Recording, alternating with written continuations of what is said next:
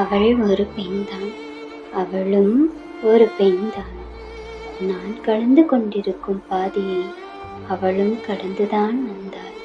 ஆனால் அந்த கடினமான பாதையை எப்படி மறந்தாள்?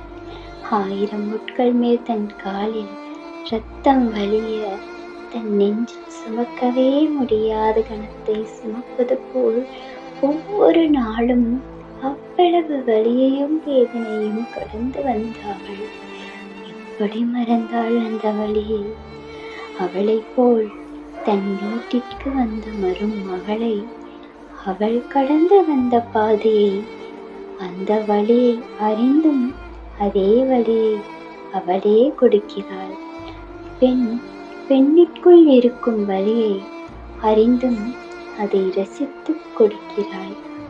ஏன் ஏன் என்று தெரிந்தால் கூறிவிட்டு செல்லுங்கள்.